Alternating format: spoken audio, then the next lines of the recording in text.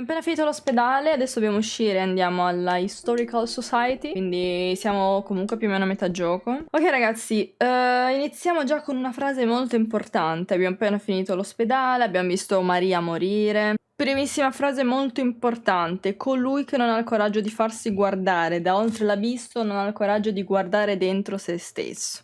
Che in inglese sarebbe he who is not bold enough to be stared at from across the abyss is not bold enough to be stared at into it, no, to be stared into it himself. Questa frase, io ripeto che Silent Hill 2 ha delle frasi veramente che ti colpiscono nel profondo, ok? Ti fanno veramente riflettere molto anche su te stesso, oltre che sul gioco. Questa frase, infatti, è una citazione a Nietzsche. Nietzsche aveva scritto una frase simile. Era: whoever fights monster should see to it that in the process it does not become a monster, and when you look into an abyss, the abyss also looks into it. Ok, in inglese che è tradotto. Chiunque combatte i mostri deve guardare che nel processo anche lui non diventa un mostro se combatte i mostri. E quando guardi nell'abisso, l'abisso altrettanto guarda dentro te. Per quanto riguarda la frase di Nietzsche, il significato della frase di Nietzsche potrebbe significare appunto di fare attenzione, conoscere i propri limiti, oppure bisogna capire quanto si è forti prima di cercare nell'abisso, oppure appunto di fare attenzione a combattere il male senza diventare appunto tu stesso il male. E quindi questa è la frase di Nietzsche. Invece per quanto riguarda questa frase qua, colui che non ha il coraggio di farsi guardare da oltre l'abisso non ha il coraggio di guardare dentro se stesso, significa, collegato a James ovviamente, che non vuole comprendere di aver ucciso Mary e non vuole essere giudicato per i suoi peccati, non ha il coraggio di guardare dentro l'abisso perché lui stesso non vuole farsi guardare, ok? Da oltre l'abisso, e lui non ha il coraggio di guardare dentro altrettanto. Poi oltre a questo significa che lui dovrebbe anche guardare dentro se stesso come persona, perché vi ho detto che James continua a reprimere il suo atto di aver ucciso Mary, quindi lui dice Mary è morta 3 anni fa, quando in realtà lei è morta qualche giorno fa, poco tempo fa, e comunque lui non vuole ammettere che Mary sia morta per mano sua, dice è morta di malattia e adesso è qua a Silent Hill con quella lettera. Poi la lettera sarà molto importante. La verità può essere scoperta solo andando avanti. Segui la mappa, ci sono una lettera e una chiave inglese. Ok, ma abbiamo un po' di walking simulator, quindi... Comunque questa frase qui dell'abisso è una delle mie preferite, oltretutto. No, non ho mai fatto il cosplay dell'infermiera. Ok, ovviamente noi siamo entrati nell'ospedale per cercare Laura. Vi ricordate che Laura anche ci ha chiuso dentro la stanza con i 2 mostri James. Maria è morta, non ho saputo proteggerla. Ancora una volta, non ho potuto fare niente per aiutare. Laura è scappata da qualche parte. Vedete però, Mary, che cosa devo fare? Vedete, ecco, vedete, mi stai davvero aspettando da qualche parte? Oppure ti stai? Troverò Mary, è l'unica cosa a cui posso sperare. Noi, vedendo la morte di Mary, in realtà grazie a quell'avvenimento James comincia a ricordare un po', sembra che stia cominciando un po' a ricordare quello che ha fatto, però vedete ha detto Mary sei davvero qui? Vabbè, devo cercare Mary. Comunque Mary all'interno di Silent Hill 2 è un po' una guida, un punto di riferimento per James, però ripetiamo che James ormai cerca Mary una volta che l'ha già perduta. Allora, noi dobbiamo andare a Soul Street. Ovviamente io sempre prima di questa live mi rigioco il gioco per vedere in live dove andare, perché sennò girerei un po' a caso, quindi ovviamente mi preparo. E oggi, mentre che stavo provando, mi è crashato il gioco. Ok, guardate qui chi abbiamo. Ecco, qua abbiamo dei mostri particolari. Più che altro il significato dietro questi mostri è particolare. Pare che è scappato. Volevo farvelo vedere, cavolo, ma dove è andato? Ok, vabbè, è scappato il mostro, non so perché è scappato. Questi qua si chiamano i Mandarin. Hanno un corpo di una donna, ora è scappato, però hanno un corpo di una donna. Anche questo con un volto sfigurato, sempre collegato a Mary malata, quindi che Mary da malata aveva il volto sfigurato, è sempre molto brutta a causa della malattia degenerativa al volto. Hanno delle gambe piene di tagli e hanno delle braccia sproporzionate, tipo hanno dei moncherini. Io non so bene cosa sono dei moncherini, però sono dei moncherini, ok? Sono tipo i tappi dei vini, tipo dei così grossi, cioè hanno delle braccia molto grosse con cui si appendono alle grate, ok? Perché stanno sotto le grate, ok? Appesi con le loro braccia, delle ventose, sono delle ventose, ok? E in queste braccia in cui sono appesi alle grate hanno delle labbra, sempre labbra con dei tentacoli oltretutto. Quindi le labbra le rivediamo di nuovo, sia collegate a Mary, quando James, le poche volte che andava a trovarla in ospedale, che gli urlava contro, comunque lo sgridava perché non andava mai a trovarla, quindi la bocca che fa male a James, e oppure sempre collegato alla frustrazione sessuale, quindi due labbra intese le vulva. Anche questi hanno una camicia di forza, sempre collegati. Line Figure, il primo mostro che abbiamo visto, è quello lì tutto così che si muoveva, sembrava avesse una camicia di forza, quindi collegato sia al paziente ospedaliero, cioè Mary, oppure a un malato mentale, un po' come James. Rappresentano il senso di colpa e la speranza morta di James. Poi una cosa molto importante, li troviamo sotto le grate, ok? Sotto le grate c'è il vuoto, ok? E sopra in teoria c'è la vita, ok? Quindi cosa significa? Cioè così come James ha represso la morte di Mary, il Mandarin è represo sotto le grate sul filo del rasoio, quindi tra vita e morte, ok? Capito? Il Mandarin si trova lì sotto, cioè tra il vuoto e la vita, ok? Un po' come James, che si trova un po' nel mezzo, cioè non sa effettivamente se vuole continuare a vivere, se vuole morire. Oltretutto il fatto che sia sotto le grate rappresenta un po' il senso di colpa molto logorante, anche solitudine, ok? Da solo tra la vita e la morte, smarrito. Eccolo! Brother, eccolo qui, vedete? Vedete? Vedete che ha un corpo di una donna, ha queste braccia che si appende. E questo qui ci attaccherà con i tentacoli, ok? Quindi io nelle scorse due live, in realtà la prima live devo farvelo vedere, adesso comunque si può rivedere, c'è una frase molto importante che devo farvi vedere all'interno del bar Nili, e anche qui ne parleremo. Ecco, non è molto intuitiva questa porta. Devo dirvi la verità. Ok, questo è il bar di Nili. Qui abbiamo la prima frase. Questa frase la potete già trovare quando siete nel Fog World, quindi adesso siamo nell'Otherworld. Questa frase, "There was a hole here, it's gone now", a parte che questa frase è famosissima, c'è anche chi non ha mai giocato Silent Hill la conosce questa frase. Qual è il significato dietro questa frase? Allora, principalmente, ripeto, comunque ognuno la può vedere come vuole la frase, io vi do gli spunti in base a quello che potrebbero rappresentare, poi fatevi sempre la vostra idea, o semplicemente rappresenta la frase letterale: c'era un buco qui, ora non c'è più. Letteralmente, collegato al fatto che la città di Silent Hill, come vi ho detto all'inizio, comunque ormai dovreste saperlo, Silent Hill cambia a differenza, per ogni persona cambia la città di Silent Hill, ok? Quindi ognuno la vede in modo diverso. Quindi semplicemente il malcapitato che si è ritrovato a Silent Hill ha detto qui c'era un buco, è ritornato e non c'era più, quindi simboleggiare quanto cambia la città. Oppure può essere collegato, allora James, quando poi Mary si è ammalata, è caduto nella sua dipendenza dell'alcol, quindi beveva spesso. Quindi è come dire, a causa di Mary ammalata si è creato un buco dentro di James, ok?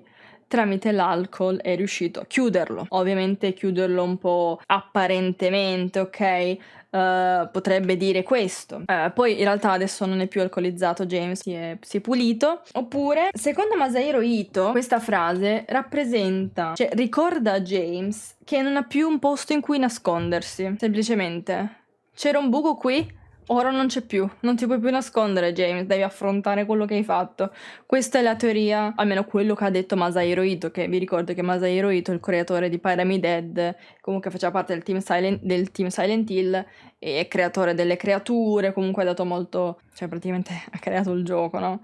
Quindi si deve affrontare il suo passato, no, deve affrontare anche il presente, deve affrontare se stesso, cioè non solo il passato, tutto quello che ha fatto. Questa frase si può trovare anche proprio all'inizio del gioco, ok? Quando ancora la città non diventa tutta oscura, ancora più scura di quello che è. La seconda volta che ci passiamo, ovvero adesso, quindi siamo nell'Otherworld, una volta che suona la sirena siamo nell'Otherworld, quindi avevo sentito la sirena suonare per la seconda volta nell'ospedale, ve lo ricordate? Abbiamo questa frase qua. Se desideri davvero rivedere Mary, allora non ti resta che morire. Ma potresti essere diretto in un luogo dove Mary non c'è, James. Ok, cosa significa questa frase? If you really want to see Mary, you should just die, but you may be heading to a different place than Mary. Punto, James. Cosa significa? Letteralmente, se vuoi vedere Mary, devi morire. Mary è morta, questo vuol dire. Però, se muori, potresti trovarti in un posto diverso da dove è Mary, James. Paradiso e inferno, esattamente. Quindi, cosa significa? Mary è morta. Mary, però, è finita in paradiso. Quindi, se James vuole vedere Mary, deve morire. Mary è morta. L'unico modo per vederla. Però, se James proverà a seguire Mary, morendo, uccidendosi, sì, muore. Ma non si trova lui in paradiso, perché lui ha ucciso. Si troverà all'inferno. Quindi, anche morendo, non la vedrà, perché si trovano una in paradiso e l'altra all'inferno. Chi ha scritto questa frase secondo me è James. Allora, ora ne parliamo, però un'altra cosa a cui dovete prestare attenzione è che vedete che ci sono delle lettere maiuscole. Ci sono alcune lettere maiuscole nella frase, ok? Tipo la R, la D, la E. Ok, se noi mettiamo in ordine queste lettere, è un anagramma, quindi sono sparse, se non le mettiamo in ordine si crea la frase I need you, Mary, be real. Quindi ho bisogno di te, Mary, sii reale. Chi li ha scritti? Allora, vi ricordate nella prima live di Silent Hill che vi ho detto? La prima volta che abbiamo visto il graffito della scritta sulla porta, che c'era scritto The door that wakes in darkness opening into nightmares. La porta che si apriva solamente nell'Otherworld, ve la ricordate? Quella degli appartamenti fuori, vi ho detto fate caso a come è scritta, ci ritorneremo, ok? Vedete come è simile? Cioè, se voi ci fate caso, la calligrafia di queste scritture sui muri sono le stesse. Sono praticamente le stesse.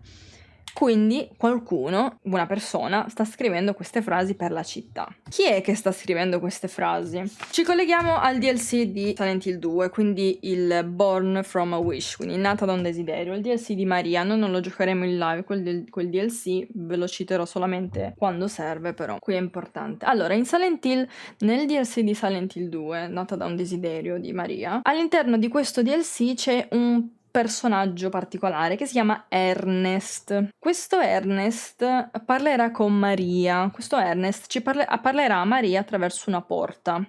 Quindi noi non vedremo mai fisicamente questo Ernest, sentiremo solamente la voce di Ernest. Questo Ernest però saprà molto sia su Maria che su James.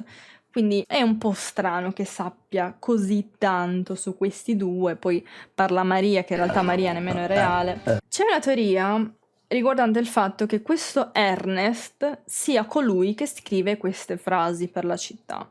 Perché c'è un documento all'interno del DLC in cui si vede che la calligrafia di Ernest è la stessa di queste scritture che vediamo sul muro, la stessa, quindi è confermato che la calligrafia è la sua. Ma vi dite, ma chi cavolo è questo Ernest? Ernest esiste? Ernest è la coscienza di James. È la parte del subconscio di James, appunto, in particolare la coscienza di James. Perché appunto Ernest sa tantissimo, sa praticamente tutto riguardo Maria e James. Maria fa parte del subconscio, anche lei, di James. E Ernest, appunto, sa di lei e di James. Quindi Ernest non è una persona fisica, è la coscienza di James, che è la coscienza è colei che ti aiuta, ti guida, ti tortura, comunque sa tutto di te, ti critica, ok? Quindi tutte queste frasi sono mirate a guidare, torturare psicologicamente James, ma sono appunto è la coscienza di James. Tutte queste frasi sono indirizzate a James, quindi sono frutto le scritte della sua coscienza. Però una cosa particolare che avete detto voi, una persona in chat ha detto, secondo me se le scrive James queste frasi. Allora, per quanto riguarda Ernest è una teoria, però secondo me è valida il fatto che Ernest sia la sua coscienza, perché Ernest, ripeto, non si vede mai fisicamente, sentiamo solamente una voce che parla. In questa frase in particolare, fate attenzione che la frase finisce con Mary.James. Quindi può essere vista in due modi. O è indirizzata a James, quindi potresti trovarti in un posto diverso da Mary, James. Oppure può essere visto come una lettera. Sapete, quando scrivete una lettera, in fondo mettete il nome, chi l'ha scritta. Quindi virgola James. Quindi questa è come dovete vedervela in base a quello che pensate voi. Quindi sembra che questa frase se la sia scritta lui, cioè se la sia scritto lui stesso, James, perché appunto c'è, capito, è una cosa un po' strana, sembra ci sia un punto, però magari quel punto, perché punto James? Cioè effettivamente è un po' strana, quindi libera interpretazione su quello che potrebbe essere. Indirizzata a James o l'ha scritta James, quindi o gliel'ha scritto il suo subconscio, quindi si immagina lui questa frase, o Ernest, oppure l'ha scritta lui per ricordare se stesso, ok? Ho fatto un paragone con il romanzo Dr. Jenkins e Mr. Hyde. Io non ho mai guardato Dr. Jenkins e Mr. Hyde, cavolo però. O forse sei un idiota, la verità spesso inganna la gente. Parte di quell'abisso è nella vecchia società. La chiave della società è nel parco, ai piedi della donna che prega, sotto il suolo, dentro una scatola. Per aprirla mi serve una chiave inglese. Il mio paziente l'ha sepolta qui, lo sapevo, ma non ho fatto niente. Mi ha messo a disagio avere una cosa simile vicino. Non cercavo la verità, cercavo la pace. Anch'io vidi quella cosa, fuggii, ma anche il museo era chiuso. Adesso nessuno osa avvicinarsi a quel luogo. Vidi quella cosa. Quella cosa cosa? Pyramid Head. Vi ripeto, Masahiro Ito ha detto che Pyramid Head lo vede solamente James. E anche ripetuto più volte. Cioè, gli altri protagonisti non hanno ucciso la moglie, quindi perché dovrebbero vederlo? Però vedi quella cosa. Dato che tutti i mostri ci sono, può essere qualsiasi cosa, mettici anche che ogni persona ne vede di diversi. O magari sì, vedi quella cosa, potrebbe essere qualsiasi cosa, appunto, non lo so. Se ancora intendi proseguire, James, pregherò il Signore affinché abbia misericordia della tua anima. Comunque c'era un rumors riguardante l'uscita di Silent Hill 2 remake a marzo o a maggio 2023. 24, scusate.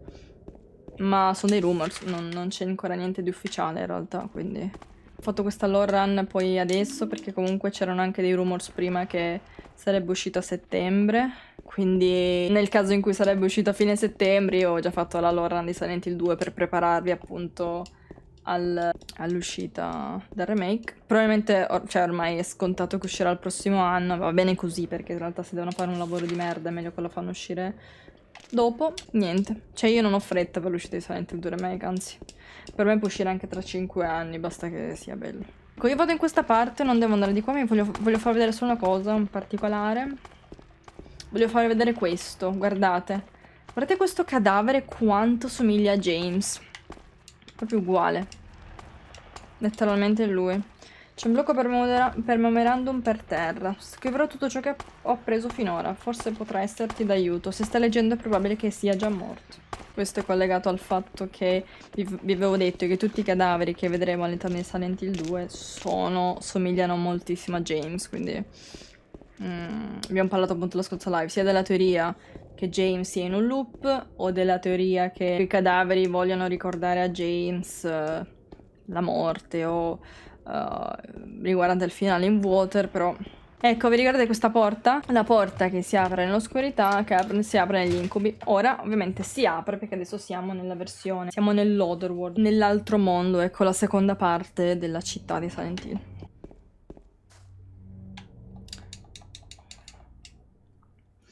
L'unica pecca che vorrei...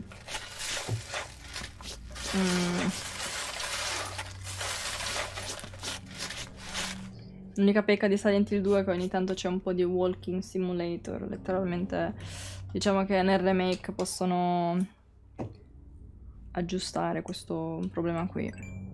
Cioè a me non dispiace esplorare la città, però purtroppo so che i nuovi gamers si lamentano di ogni cosa, quindi dei controlli tancosi, delle fixed camera, ogni cosa si devono lamentare, quindi anche esplorare troppo, purtroppo, alla Silent Hill almeno, che è molto più confusionario di Resident Evil 4. Cioè, spero non lo tolgono, però. Piccola scatola di metallo è chiusa con dei bulloni, non riesco ad aprirla. Sì, ma io ce l'ho Vans. Compreso il fatto che sia Walking Simulator. Allora, ma perché Silent Hill 2, quando cammini, è tutto molto vuoto, ok? Non è che dici che esplori e trovi chissà che robe, c'è la nebbia. Non è molto... Se sai dove esplorare, ok, va bene, però molte cose sono strade con mostri e nebbia, cioè, capito? Perfette per un gioco di fantasmi. Però a me piace anche per... Secondo me i survival horror perfetti sono con le telecamere fisse. Sì, infatti fanno. Infatti a me piacciono appunto in particolare i primi Resident Evil perché hanno più quell'atmosfera survival horror classico che adoro. Ok, qui siamo all'Historical Society, che è un museo di Silent Hill, all'interno di Silent Hill, ed è costruito, questo museo è costruito sopra una prigione, ok? Che poi vedremo la vecchia prigione, andremo sotto appunto. E la prigione ovviamente è abbandonata e non lo so, questo creare un museo sopra una prigione abbandonata è come dire... Cerco di nascondere qualcosa di brutto con qualcosa sopra, cioè nascondo qualcosa così, però comunque rimane comunque sotto, cioè non è che dici che scompare se lo nascondi, se nascondi una prigione, se nascondi un peccato. Quindi l'ho vista un po' così. Guardate cosa abbiamo qui invece. Questo è Pyramid Head con dei flash lips, quelli che abbiamo visto quando Laura ci ha chiuso all'interno della stanza per dispetto e poi sono usciti quei dei mostri dal soffitto nelle gabbie. Oltretutto questi qui nelle gabbie sono molto simili al boss finale, che il boss finale sarà la fusione tra Mary e Maria, sempre dentro queste gabbie qua. Quindi, ripeto, i flash lips sono collegati a Maria, per il fatto della gabbia sarebbe il letto, però ok. Ve l'ho ricordato che l'ho spiegato la scorsa volta, e semplicemente c'è Pyramid Head con una lancia in mano e dei flash lips. Questo quadro in realtà è un quadro reale all'interno del museo di Silent Hill, quindi anche non è una creazione del cervello, della mente di James in questo momento. Lui, Pyramid Head, il boia, ok, l'executioner, prende proprio ispirazione. Cioè James aveva visto questo quadro una delle volte che è andato in vacanza con Mary a Silent Hill. Vedendo questo quadro, questo boia in particolare, ha creato appunto Pyramid Head seguendo questo quadro, ok? Quindi ha preso spunto da questo quadro in particolare qua. Cosa ci dice? Cosa ci dice? Giornata nebbiosa, resti del giudizio. E lui... Poi resti del giudizio, ovviamente qua ci fa anche capire che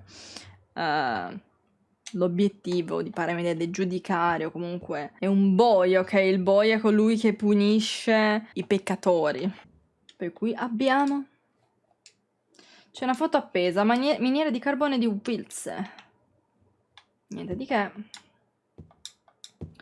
Niente, peccato che qua dentro è veramente tanto buio. E ma è solo la descrizione. Paesaggio sul lungolago. Allen Smith, data di nascita e della morte sconosciute, un ritratto di questa zona di molto tempo fa. Dello stile sembrerebbe si risalire al 1820 circa. C'erano molte meno persone allora, e appena una manciata di edifici. Ecco, qua un po' ci spiega quello che era prima un po' Silent Hill. Sentite, vero? Lo sentite questo... È una sirena. Non è proprio una sirena. Cioè, sembra un po' più una nave. Sembra un po' più un... capito? Quando è il suono della nave. Quando sbarca. O comunque... Non so, non me ne intendo di navi. Comunque, quando suonano il clacson le navi. Non c'è niente di utile, ok. Una fotografia non ha nulla di particolarmente speciale. Niente. Foto appesa. Ospedale di Brookhaven, 1880, questo è l'ospedale che abbiamo visitato prima. Questo ospedale fu costruito per fare fronte a una grande peste che seguì un'ondata di immigrazione in questa zona. Originariamente era appena poco più che una baracca, ma col tempo è diventato sempre più grande. Quindi qua ci spiega un po' quello che era prima Silent Hill. Acqua momento. Ok, adesso ne parliamo, lo so vedere i quadri. Una foto del direttore del vecchio ospedale di Brookhaven, sembra che fosse un personaggio famoso in città. C'è la foto di un buco molto profondo, che potrebbe essere... Allora, qui abbiamo già lo spoiler di una stanza che vedremo dopo, per un buco in cui poi ci si butterà James. Allora, questo che sentiamo è proprio una nave. È il suono di una nave. Allora, è una nave che si chiamava la Little Baroness, quindi la piccola baronessa. Era una nave che è affondata a Silent Hill. Non ho capito bene dove, cioè nel lago. Ora io non so come funzionino le navi, ma le navi vanno nel lago. Vabbè, magari la nave che trasportava da una parte all'altra le persone, quindi probabilmente è una nave che affondò proprio nel lago Toluca, esatto. Quindi semplicemente questo don è un richiamo alla nave che è affondata. Tutto qua. Sembra un po' una sirena effettivamente, un po' fa da sirena però. Qua scendiamo, ciao Nick. Anche nei laghi. Ma non è il Titanic nel lago. I passeggeri non vennero mai ritrovati. Quante volte ho sentito tanto. Nei laghi grandi americani ci navigano anche navi belle grosse. Ok. Grazie capitano per averci detto questa informazione. Ciao Morg comunque. Però vedete, più ci avviciniamo, ok? Più ci avviciniamo, più si sente alto il suono della nave. No, non conosco il.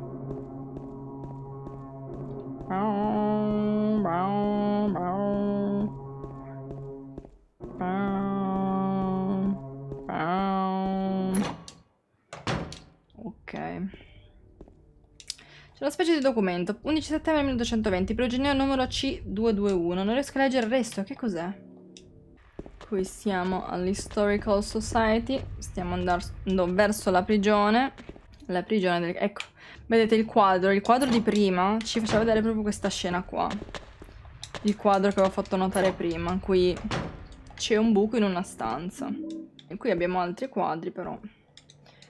Una foto appesa. Campo di prigionia di Toluca. Costruito durante la guerra civile, in seguito divenne la prigione di Toluca. Quindi qua ci parla che c'era appunto una prigione. Morte per infilzamento. Una sentenza di morte nella prigione. Morte per infilzamento o strangolamento. La scelta della proprietà della propria morte è l'ultima prerogativa del condannato. Qui è importante. Morte per infilzamento, noi vedremo che Parameded, oltre il coltello gigante, avrà poi una lancia. E poi morte per strangolamento invece collegato sia a come è morta Mary, cioè soffocamento, un po' collegato a strangolamento, un po' come morire soffocati, ok? Come è morta Mary, sia vedremo avanti adesso che ci saranno un po' di cappi. Banchetto cremisi e bianco per gli dei. Ok, il buco è buio, non riesco a vedere niente, devo saltare giù. Ovviamente qua i famosi buchi sia della prigione, li vedremo anche in Silent Hill 4, in cui anche Harry si butterà nei buchi, sia all'interno della stanza, anche c'è anche una prigione in Silent Hill 4.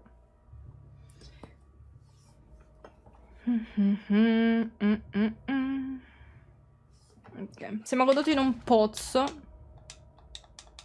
Ok, qua bisogna trovare il punto. Ehi, questo è diverso.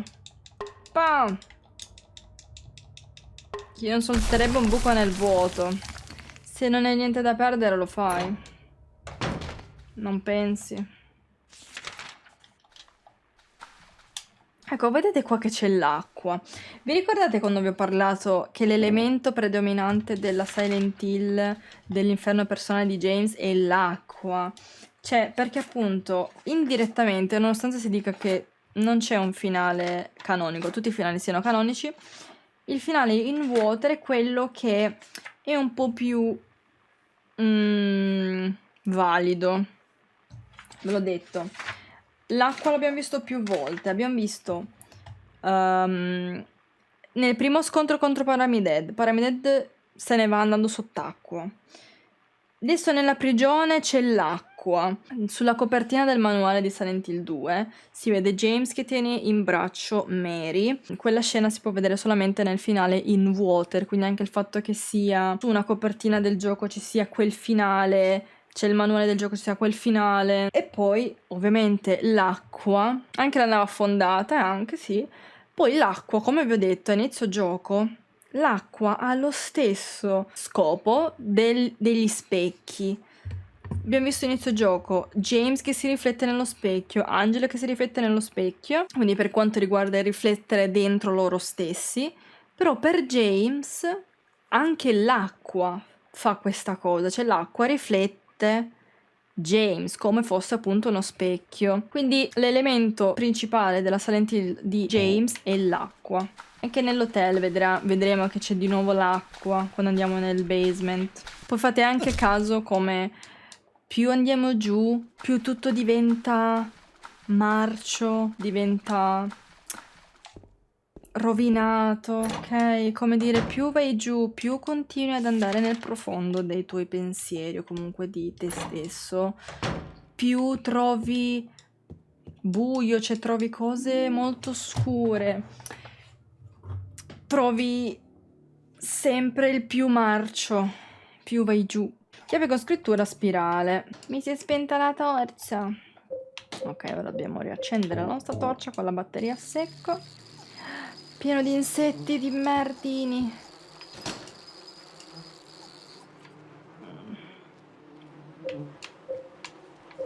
Oddio, era 6? Ah no, è... Ah, ok. Anche se i mini a parte Silent Hill 2 e Silent Hill 4 sono collegati. No, collegati no. In Silent Hill 4 c'è Walter Sullivan che abbiamo citato in Silent Hill 2, i buchi, ma non è di trama, niente collegato.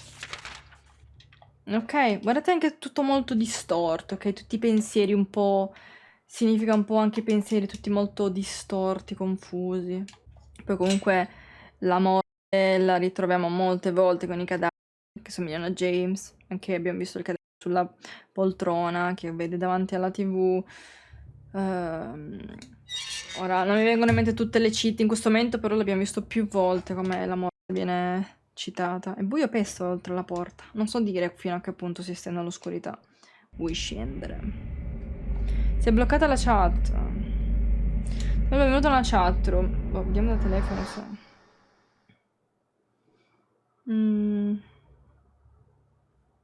No, a me va bene da telefono. Ah, ma vi disconnesso a tutti? Oh, vabbè, cosa non ho sentito? Cos'è che non avete sentito? Oh, aspettate però. Killing a person ain't no big deal. Just put the gun to their head. Pow. You killed him? But it wasn't my fault. He made me do it. Calm down, Eddie. Tell me what happened. That guy, he had it coming. I didn't do anything. He just came after me. Besides, he was making fun of me with his eyes, like that other one. Just for that, you killed him? What do you mean, just for that? Eddie, you can't just kill someone because of the way they looked at you. Oh yeah? Why not? Till now I always let people walk all over me. Just like that stupid dog. He had it coming too. Eddie? I was just joking, James. He was dead when I got here, honest.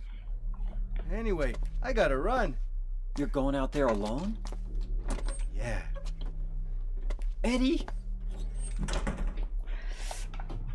Allora, qua nel gioco capiamo intanto quanto Eddie stia impazzendo man mano. Cioè, nonostante le espressioni facciali di Silent Hill 2 nel 2001 siano un po' limitate, dagli occhi di Eddie, secondo me si può capire, erano così proprio spalancati per dire no, l'ha voluto lui, no, se l'è meritato. Cioè, capite un po' con effettivamente Eddie che sia proprio praticamente impazzito.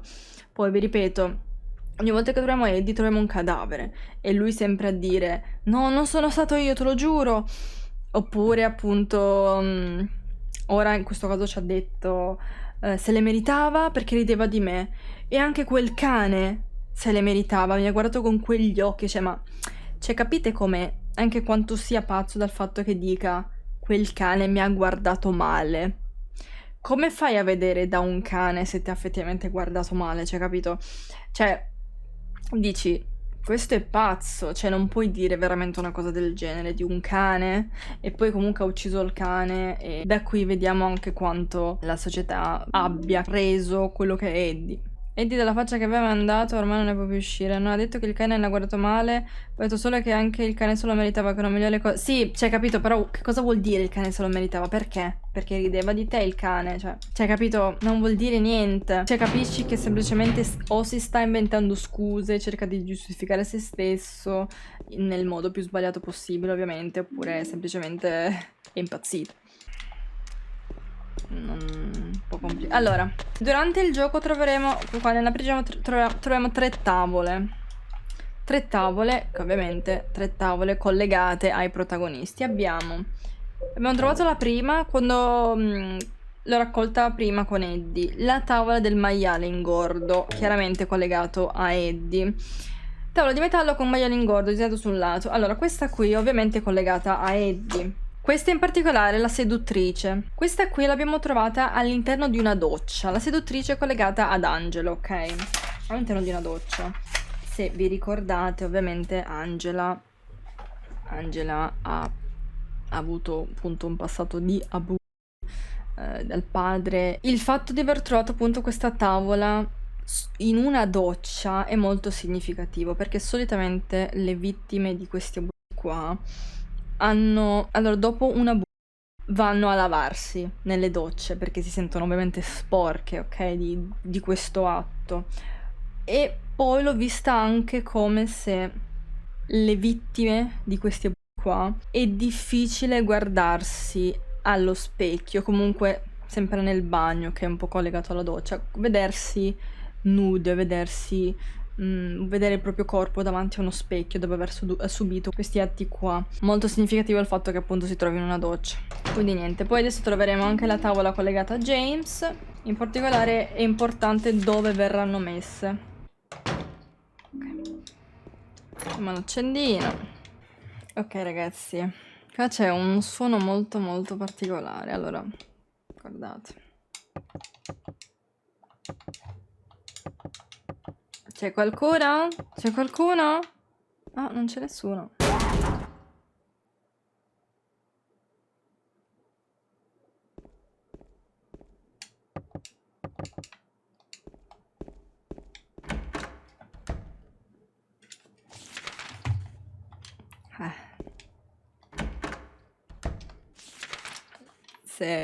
Diciamo che se non conosci come triggerare questo suono ti caghi addosso, sì.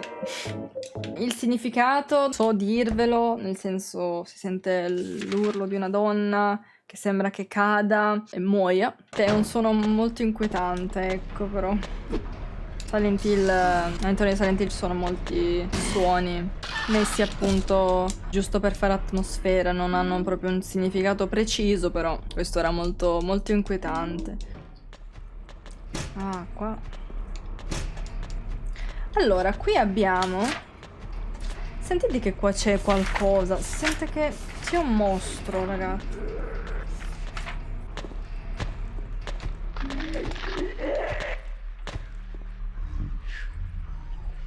Sentite che c'è tom, tom, tom. Ritual. Si sente un mostro all'interno di queste gabbie Allora, questo mostro si chiama il...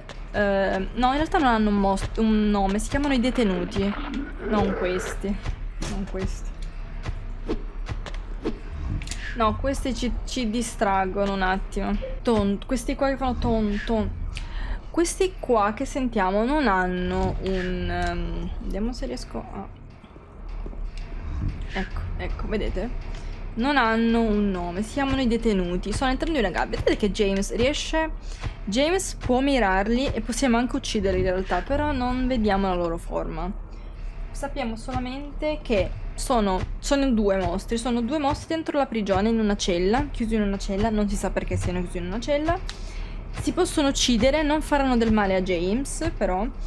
E sembra che dicano la parola rituale, ok? Lo sentite? Che sembra che dica questa parola? Faccio risentire. Ritual. Ci sono due ipotesi principali, quindi o che sia collegato al finale del rituale, ovvero il finale che faremo proprio questa run, ovvero James che proverà a riportare in vita Mary con il rituale, quindi sia un riferimento al rituale, oppure sia collegato alla setta, l'ordine di Silent Hill, ovvero la setta Valtiel o l'ordine generale, ok? Quel rituale là, quindi semplicemente una di queste due cose. Qua troviamo la bambola di cera, vedete qui? Tipo qua, questo qui è il simbolo, si chiama Halo of the Sun, che sarebbe il simbolo rosso di Silent Hill, l'avete già visto probabilmente 3000 volte, quello lì è il simbolo collegato che dovrebbe rappresentare un dio. Ora non so dirvi tutto cosa rappresenta, anche perché nemmeno io lo so, ha un botto di riferimenti questo simbolo qua, però vedete qua tutti i rituali, un altare, il mostro che dica, aspetta, magia nera dell'abisso, risoluzione dei morti, cronaca di Agrippa, manoscritto degli anelli di ferro, non credo siano molto importanti, capito?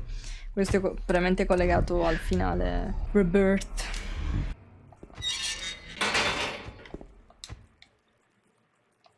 ...436 persone ad un recital. Uomo che brucia. Beh, in realtà è un edificio in fiamme. Però. Uomo che brucia. Ecco qua.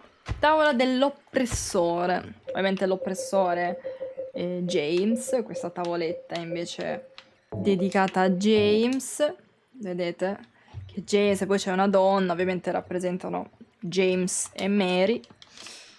E quindi abbiamo le tre tavolette. L'oppressore James, maiale ingordo Eddie e la seduttrice Angela. Ok. Qui c'è un grande cortile con un patibolo con 3 cappi. Poi vediamo qua in basso che ci sono 2 Pyramid Head / 2 boia con una lancia e un uomo appeso. Ecco, fate già caso che ci sono 2 Pyramid Head. Vedremo la penultima boss fight che sarà contro 2 Pyramid Head. Ve lo dico dopo perché c'è il secondo Pyramid Head, ok? Per ora, riferimento, 2 Pyramid Head e un uomo appeso. Uno in particolare che potrebbe essere James, però qui abbiamo 3 cappi. Probabilmente siano collegati a Angela, Eddie e James, ok? 3 cappi, qui bisogna mettere le 3 tavolette. E poi qui si sentono dei... Sentite come se fossero dei cavalli qua, sentite? Dei galoppi. Dei galoppi. Questo galoppare di cavalli. Lo sentite? Spero si senta. Sentite proprio, sono dei... galoppi di cavalli. Perché questo suono di cavalli? Non è casuale. Praticamente è un riferimento a una tortura medievale. Allora, qui si vede sia il patibolo intanto con i 3 capi, quindi già qui è un riferimento sempre alla morte, comunque ai 2 boia, al peccato che dovranno scontare i 3 protagonisti. Sia, quindi questa è una tortura dei cappi e si sente i cavalli. I cavalli sono collegati a un'altra tortura medievale, che è questa qui, che vi faccio vedere. Questa qua. Non so se la vedete bene. Praticamente c'era il peccatore che veniva sdraiato sopra un qualcosa, comunque per terra, a X, quindi braccia in alto e gambe aperte, a X. Agli arti, quindi alle braccia e alle gambe, veniva legato una corda. Questa corda veniva legata a un cavallo. E poi i cavalli correvano, quindi correvano in direzioni per allungare gli arti del malcapitato, e quindi questa era la tortura. Quindi questo suono di cavalli che sentiamo semplicemente è un riferimento a questa tortura qua. Vedete i cavalli che tirano verso l'esterno gli arti? Ti offro sangue per riparare i 3 peccati. Ci sono 3 impronte quadrate. Però, capito, qua nel gioco è un po' come dire, il peccato che hai fatto, che avete fatto voi 3, se aveste fatto questo peccato nel Medioevo, avreste dovuto scontare la vostra pena, o comunque morire in questo modo atroce, pieno di sofferenza, cioè, anche se effettivamente fa più male il male fisico o il male psicologico. E secondo me è una bella sfida, cioè cosa fa più male? Dolore fisico, nel senso ti tagli un braccio, o il dolore psicologico creato da una tua paura? Probabilmente anche secondo me quello psicologico è il peggiore, perché cioè quello psicologico è un po' come te lo sei creato tu, non lo so, sei te stesso, te che fai male a te stesso. È una bella... molto difficile. Ovviamente abbiamo sentito l'urlo di qualcuno che veniva impiccato. Sì, ovviamente è difficile rispondere, però... boh, ve l'ho buttata lì. Qui troviamo un ferro di un cavallo, sempre collegato ai cavalli. In entrambi i casi il dolore a un certo punto converge, nel senso che se persiste il dolore psicologico può diventare fisico e viceversa. È vero, anche questo è vero. Allora, qui dobbiamo fare... ma raga, entrambi sono molto difficili. Ah, così ho sbagliato. Sì, si fa così, scusate. Excuse me, sir. Have you seen a little girl around here? Eccoci. Questa non è una parola arancina. Buttiamoci un altro buco. Continuiamo ad andare giù. Very hard. Oh, ragazzi, questo è praticamente un obitorio. Guardate quanti cadaveri. E quanti piedi. Cadavere in mano un nauseabondo odore di carne putrefatta. Beh, un cadavere. Guardate quanti cadaveri. Cadavere cosa vuol dire? Se troviamo tanti cadaveri, anche solo un cadavere, se ne troviamo di più, chi troveremo qua dentro? Secondo voi? Chi sarà mai stato? Ogni volta che incontriamo Eddie troviamo dei cadaveri, anche perché la Silent Hill di Eddie, ognuno la vede in modo diverso. Qui il gioco ci sta facendo un po' vedere come è fatta la Silent Hill di Eddie. Vi ho detto che l'elemento di Eddie è il freddo, una cella frigorifera, e ci sono i cadaveri. Quindi è un po' come se qui adesso noi stessimo dentro la Silent Hill di Eddie, ok? Perché Eddie vede solo cadaveri e freddo. E creature. Un altro cadavere. Proviene da quel buco. Un altro buco. Enjoy J-Rez. Un amante della pizza.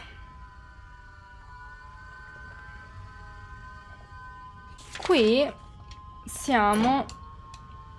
cioè, guarda, sentite anche la host.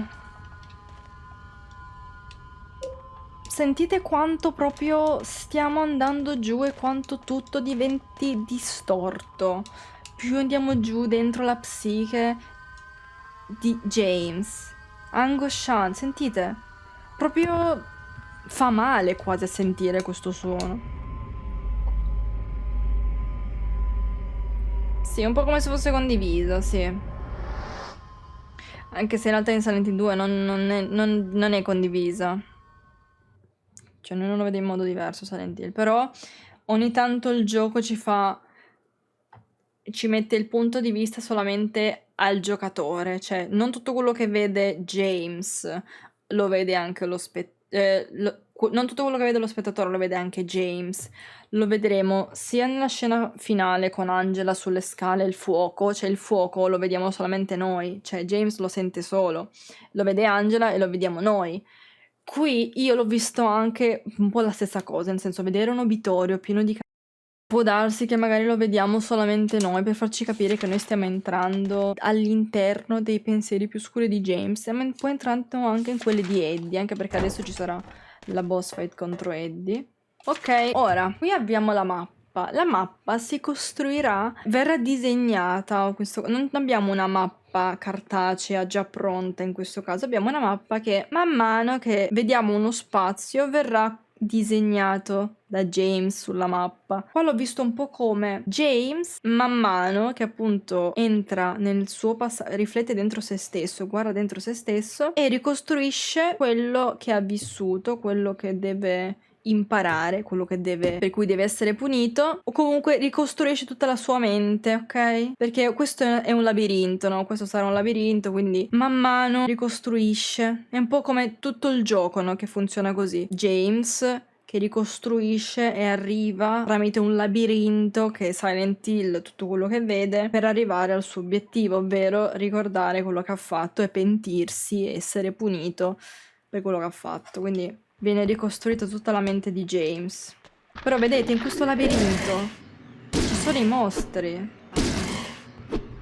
Ricordiamo che i mostri, le creature di Silent Hill, servono a portare fuori strada James dal proprio obiettivo. Quindi in questo labirinto James sta cercando di ricordare man mano ciò che ha fatto, però comunque è ostacolato da... Ah, qua ci sono di nuovo i mandarin, quelli che stanno sotto le grate. Questo posto mi sembra meno marcio, però è un po' tutto, che bella questa angolazione, è un po' tutto, diciamo, i muri un po' così bianchi, beige, un po' ricorda una camera di isolamento, cioè, capito, molto spoglia. Ecco, qua c'è una cosa molto importante, oltre che... Qui abbiamo un flash lips, intanto, il mostro nella gabbia, così come abbiamo visto... nella boss fight contro quei due con i piedi, sia nel quadro l'abbiamo visti, sì, in questa stanza. Qui abbiamo raccolto il gran coltello, che è l'enorme arma brandita da testa piramide, difficile da usare ma letale. Questa arma è lentissima ma è proprio forte, cioè guardate come attacca.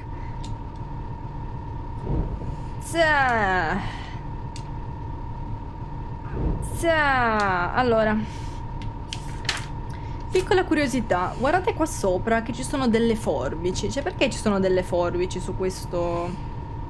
Non so se riesco a farvi vedere. Perché ci sono delle forbici qua sopra e poi c'è un coltello? Cioè...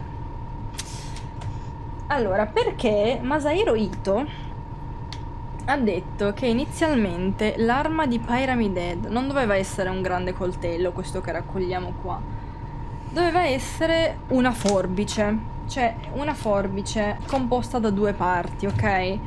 Una parte la teneva Pyramid Head e l'altra parte della forbice la teneva James, ok? Per dire che in due formano la stessa cosa, no? Il fatto che sarebbe dovuta essere una forbice è anche richiamato dal fatto che qua vediamo delle specie di forbici, degli utensili da medico, ok? Però, capito... ricordano la forbice, sono praticamente delle forbici, no? L'unico motivo per il quale ha detto Masahiro Ito non è riuscito a creare il concetto della forbice è che non aveva più tempo, ha detto non aveva più tempo.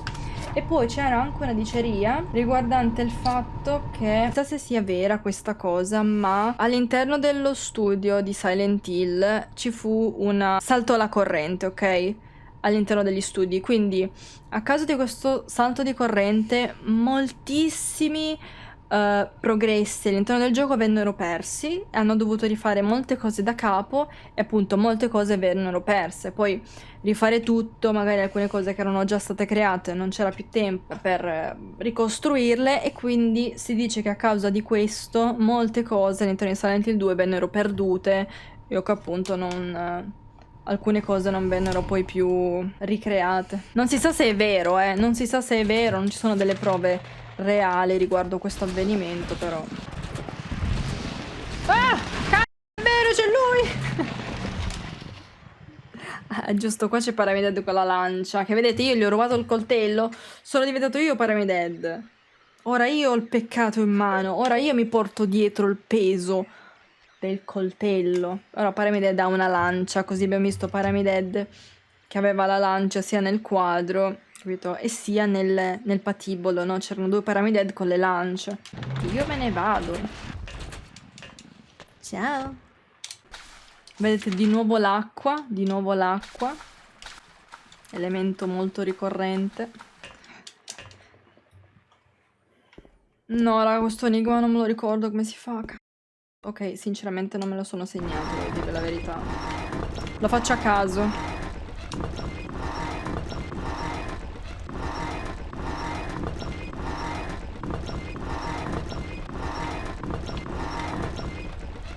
Così. No, raga.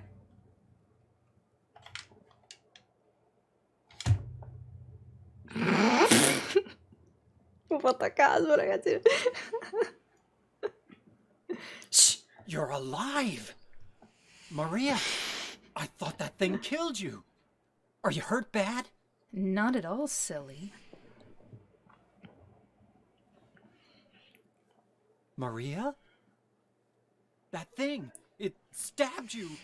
There was blood everywhere. Stabbed me? What do you mean?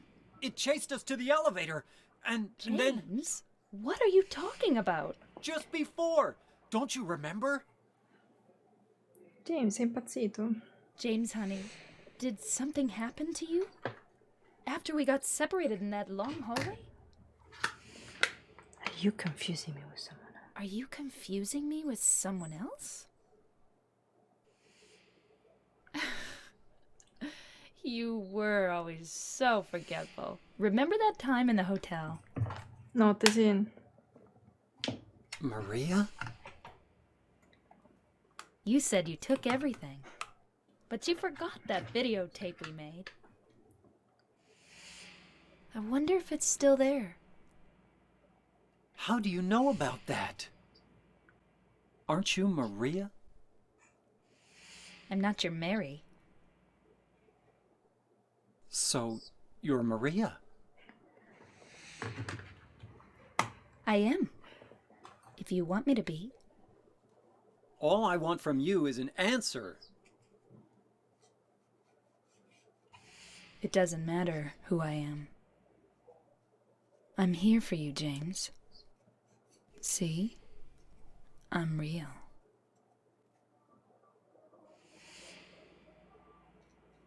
Don't you want to touch me? I don't know. Come and get me. I can't do anything through these bars. Okay. Stay right there. I'll be there soon. Allora, avete visto intanto quanto anche Maria sia lunatica, nel senso che sembrava... Ha cambiato un po'... James, un po' si preoccupava e poi ha detto... Poi sembrava un po' arrabbiata, capito? Un po' come James, esattamente come James, no? Anche lei ha questi scatti, un po' così. Ovviamente Maria non è morta, perché Maria non esiste, ripetiamo. È stata uccisa da Pyramid Head. Maria è l'antagonista del gioco. Maria serve a ostacolare, a distrarre James dal suo obiettivo. Comunque James sembrava anche un po' pazzo, cioè, capito? Maria ha detto, ma che ti stai dicendo? Io non sono morta, cioè... Sei impazzito, capito? L'ha fatto anche un po' sentire come fosse stupido, fosse impazzito Maria, ok? E un'altra cosa particolare, se avete notato, le angolazioni durante la cutscene. Durante la cutscene la telecamera ci faceva sembrare come se James fosse in gabbia e non effettivamente Maria. Ci avete fatto caso a questa cosa? Quanto siano stati bravi anche in questi dettagli qua. Capito? C'era la telecamera che si girava in modo come se James fosse quello in trappola e non effettivamente Maria. Ovviamente qua di nuovo le sbarre. Le sbarre abbiamo visto anche con Pyramid Head, le vediamo adesso con Maria. Molto particolare. La mia teoria è che Maria, più che un'idealizzazione di Mary, sia l'anima. Mi piace molto il concetto di essere l'anima di James, ovvero la parte femminile di James, la versione... Non è proprio la versione femminile, ma è l'anima di James. Qui prendiamo questi, le tronchesi. Devo... qua.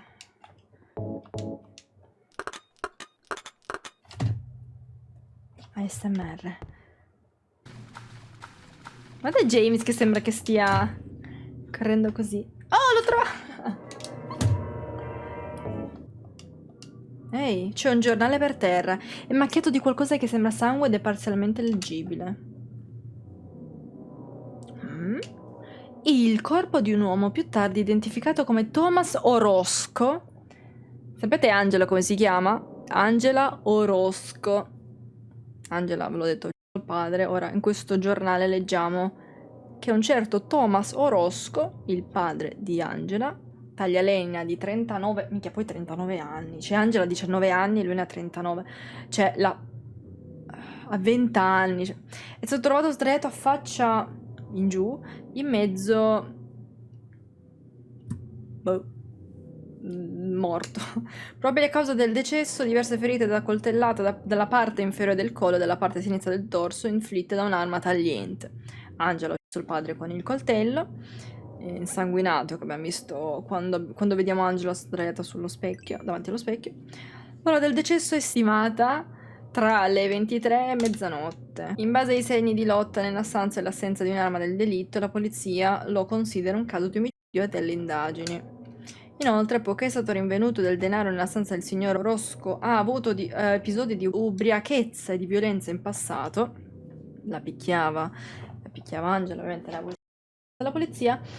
polizia sospetta che il movente non sia il furto, ma si tratta di un diritto personale. Di qua noi, tramite questo documento, scopriamo quello che ha fatto Angela.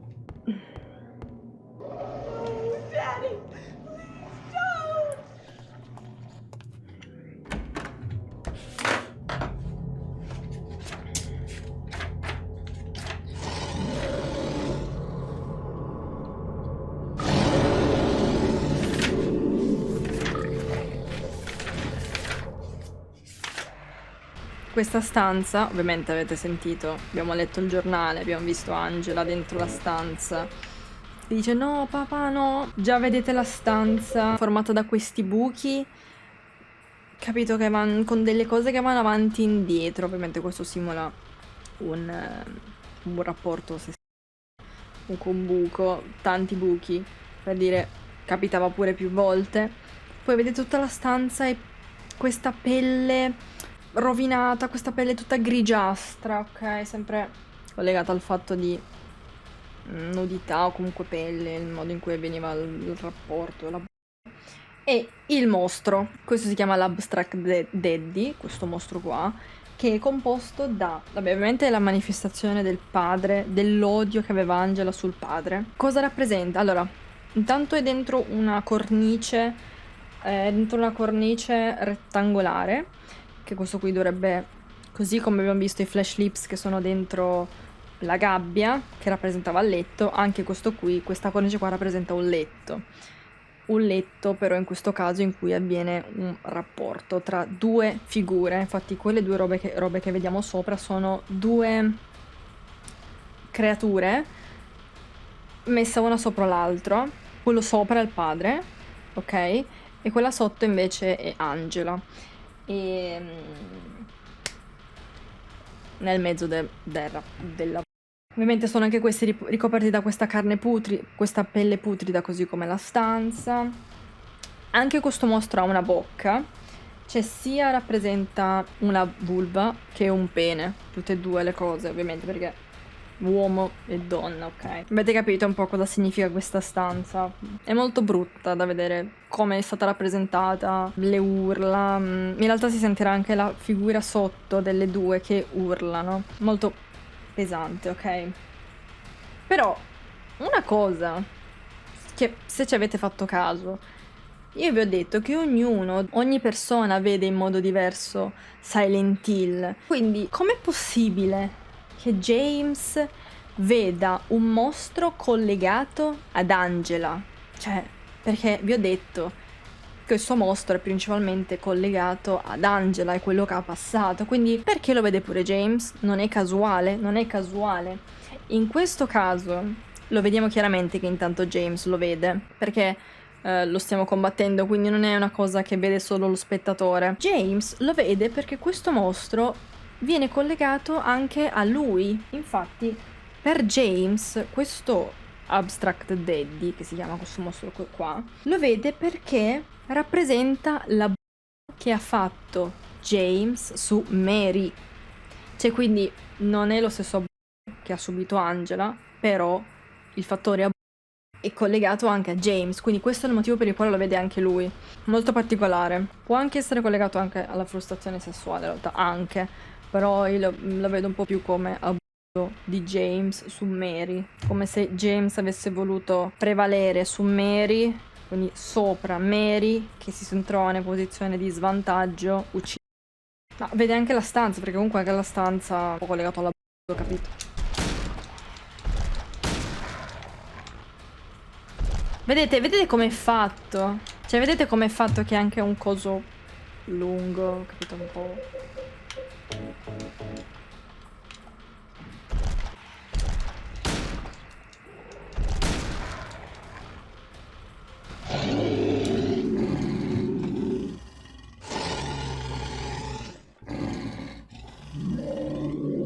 Poi c'è una TV.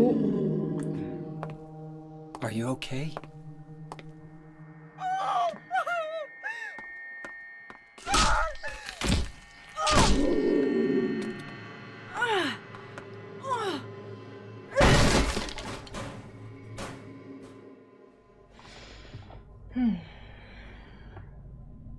Angela, relax. Don't order me around! I'm not trying to order you.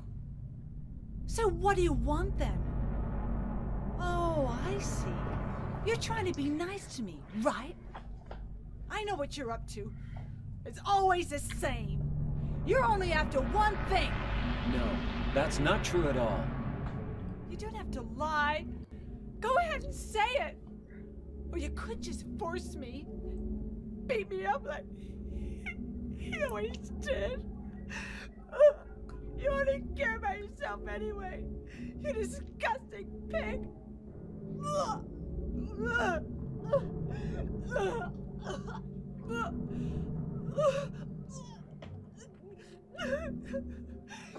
Angela, Don't touch me! You make me sick.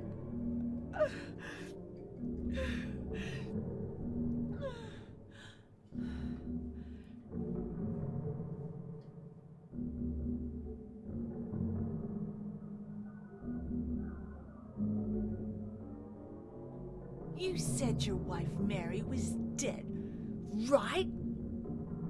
yes, she was ill. Liar! I know about you. You didn't want her around anymore. You probably found someone else.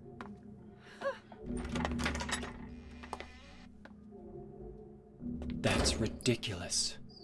I never.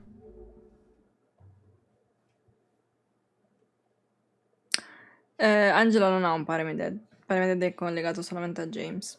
Almeno c'è la teoria che possano essercene di più, ma Masahiro Ito conferma che lo veda solo James, quindi tengo quella teoria lì. Allora, vedete quanto Angela appunto sia diffidente a parte dagli uomini, vabbè, ovviamente a causa di quello che ha subito, cioè proprio non si fida di James, anzi pensa che James l'abbia aiutato solo per avere qualcosa in cambio da Angela, ok? Non è colpa di Angela che pensi così, purtroppo è ciò che ha vissuto che la rende così molto diffidente, non riesce a fidarsi, soprattutto degli uomini. Dice bugiardo è la stessa cosa che gli ha detto Laura. Laura è una bambina, ok? La bambina senza filtri, una che è un bambino ti dice quello che pensa senza fregarsene quello che pensi, perché appunto è un bambino, e gli dice sei un bugiardo, non è vero, Mary, hai fatto cosa tua, Mary. Anche Angela adesso gli fa sei un bugiardo, in realtà tu avevi trovato un'altra. Ok, ha speculato, nel senso Angela non sa che Mary è morta e che James abbia ucciso Mary, non lo sa, Quindi Angela sta accusando James di una cosa in base alla sua esperienza con gli uomini a casa di suo padre. Facciamo caso a come due personaggi hanno dato del bugiardo a James ed erano entrambe donne. Diciamo, non è una cosa tanto casuale pensare che appunto, vabbè, una bambina comunque femmina e Laura, due femmine che accusano James di aver fatto una cosa, comunque di dargli del bugiardo. E poi Angela gli fa sicuramente hai trovato un'altra. James, no, non è vero, non ho trovato un'altra. Letteralmente Maria Maria, diciamo, come dire, James stava no, è vero, non ho trovato nessun'altra, e poi a Maria, ok, da una parte era pronto a dire no, E invece, ecco, però tutte queste pressioni psicologiche da Laura, da Angela, sentirsi dire certe cose dirette rivolte a James stanno facendo pensare a come effettivamente che c'è qualcosa che non va all'interno di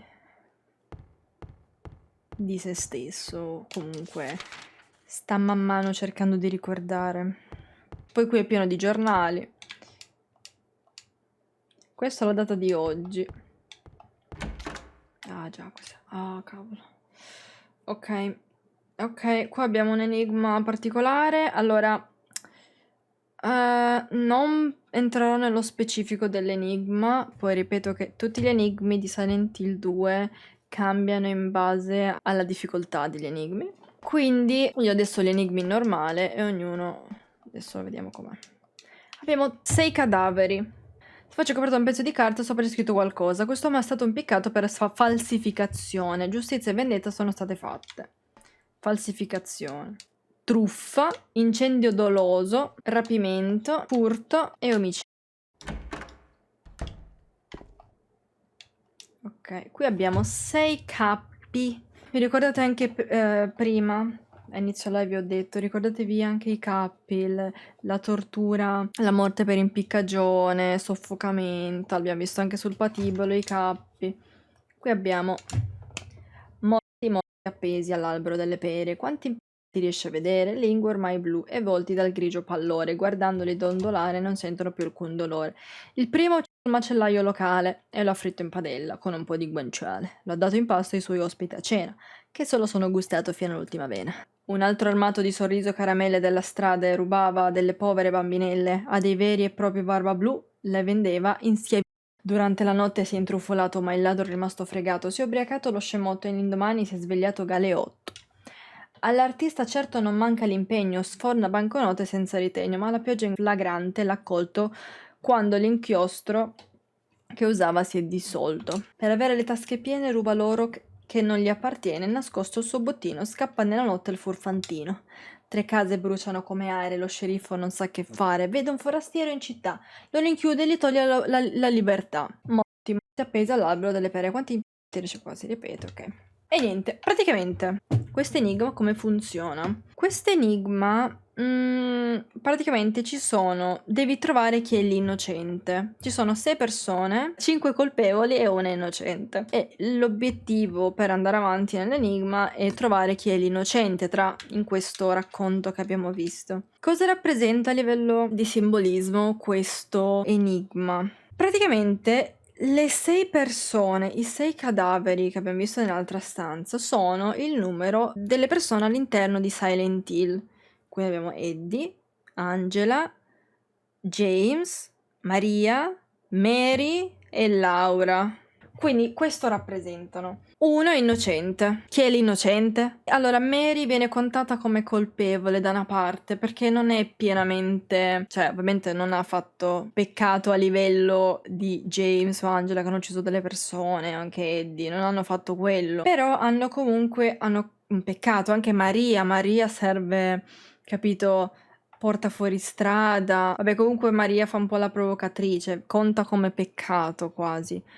Ecco, Mary, magari può essere vista come Mary, come voler morire, quindi viene vista come peccato, oppure Mary che diciamo trattava male James, o comunque il fatto che avesse portato via Mary, non è proprio colpa di Mary, però Mary a causa della sua malattia aveva limitato un po' la vita di James, un po' come tenerlo in gabbia, ok? E io ho visto un commento riguardante questo enigma di una persona che dice che vabbè, James è l'omicida. In realtà queste sono teorie, ma dovrebbe essere quella che dà fuoco è Angela. Vi leggo il commento perché secondo me ci può stare. Però in realtà è anche difficile capire chi è chi, ok? Perché, ripeto, poi l'enigma cambia per ogni difficoltà, quindi adesso lo stiamo vedendo in normale, in difficile e in facile cambia, poi c'è un'altra difficoltà extra. Eddie è il macellaio. Maria è il counterfeiter, dovrebbe essere il falsario. Laura è quella che fa i dispetti, quello lì che ruba le caramelle, no? Data una bambina. Poi c'è, in realtà è complicato capire chi è chi. Il ladro è Mary, ha rubato la vita di James da una parte.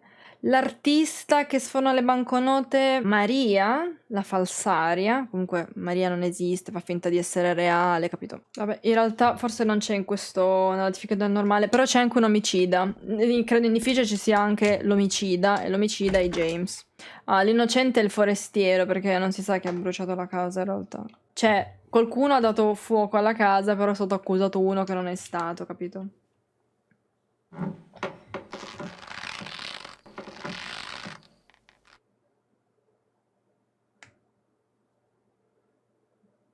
Che bella questa scena. Ragazzi, avete visto? Molto simbolica questa scena che lui tira giù questo cappio, però lo guarda come se... Lo guarda come se un po' volesse, capito? Un po' vedo la morte, un po' ci pensa, capito? Chiave del perseguitato. La carta che copriva il volto del cadavere è qui. Beh, Angelo non è proprio... No, Angelo non è innocente. Dal livello del puzzle dice di sì, però non è innocente, cioè. Guardate qui abbiamo delle manette su una valvola. Queste manovelle ovviamente rappresentano, vabbè, simbolo di prigionia. Si apre. Non siamo più in gabbia, James.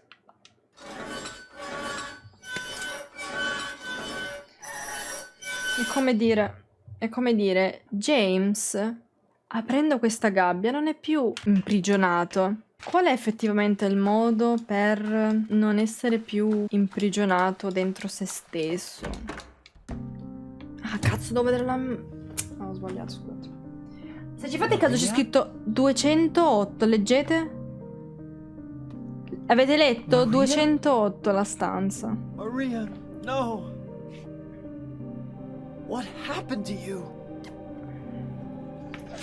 Why? Why?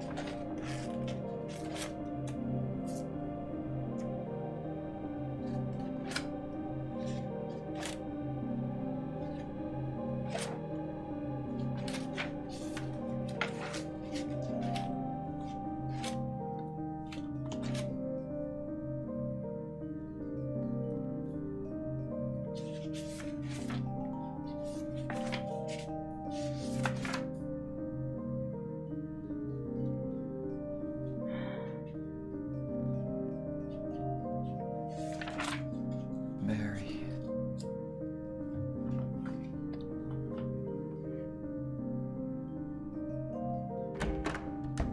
Allora, la stanza, ragazzi, è la 208.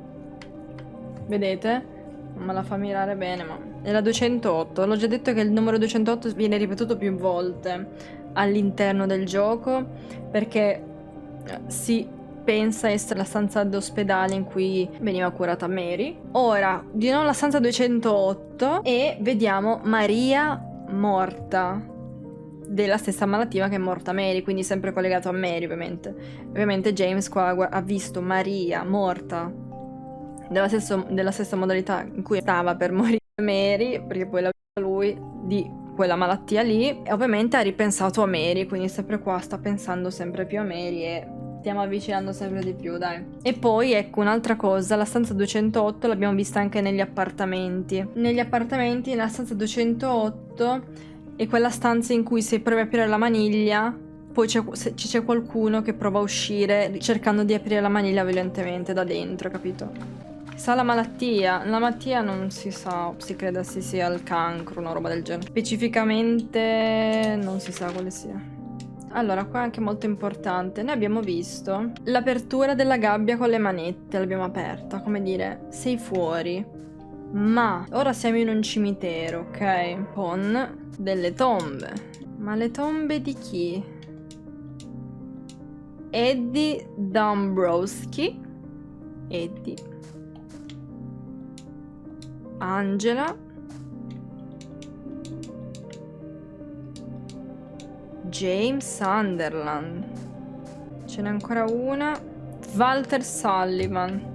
Beh, Walter Sullivan è sempre il serial che abbiamo visto citato anche sul giornale e poi lo vedremo in Silent Hill 4. Però ovviamente il focus va sulle 3 lapidi dei protagonisti. Abbiamo Eddie, Angela e James. Guardate però una cosa. Le tombe di Eddie e Angela sono... c'è la terra, ok? Sono abbastanza riempite. Quella di James no, infatti noi poi potremmo buttarci nel buco. Però, ecco, qui libera interpretazione. Però qua un po' ci colleghiamo sempre al finale in Water. Come dire, i tre protagonisti sono destinati a morire a Silent Hill. Però, da una parte, il buco di James è ancora aperto. Forse per James c'è ancora una speranza. C'è il destino è quello, nel senso, la morte è la via più facile per uscirne da qui, James. Non vuoi più soffrire per Mary, per quello che hai fatto? La via più semplice è morire, perché se muori, chi ci pensa più? Non esiste più. Il gioco già da una parte ci vuole far andare avanti. Di Eddie e Angela vediamo che le tombe sono già riempite perché Angela si suicida a Silent Hill. Confermato. Vabbè, lo vediamo anche poi. C'è confermato da Masahiro, però si sa. E invece Eddie viene ucciso da James. Quindi i loro destini, punto, così. E sono così fatti, ok? Qui è come dire il finale è aperto ancora. Puoi decidere tu il finale di James, ok? In Water si suicida, va con Laura, diventa un cane, diventa un alieno. Il mio finale più canonico per i miei gusti personali di Silent Hill 2 è il In Water. E James si butta nel lago col cadavere di Mary. Però ne parleremo delle mie motivazioni a fine gioco perché adesso non ha senso di parlare dei finali. Però vi ho anche citato prima vari varie citazioni da parte del gioco per dirci che l'In-Water è quello un po' più canonico rispetto agli altri. Il fatto di vedere anche la tomba di James può anche vederlo come sei destinata a morire come gli altri, James. Oppure se la vedete in altro modo la vedete come la tomba però è ancora aperta e c'è ancora una speranza per James. Prossima lore run, forse sabato e sabato forse lo finiamo?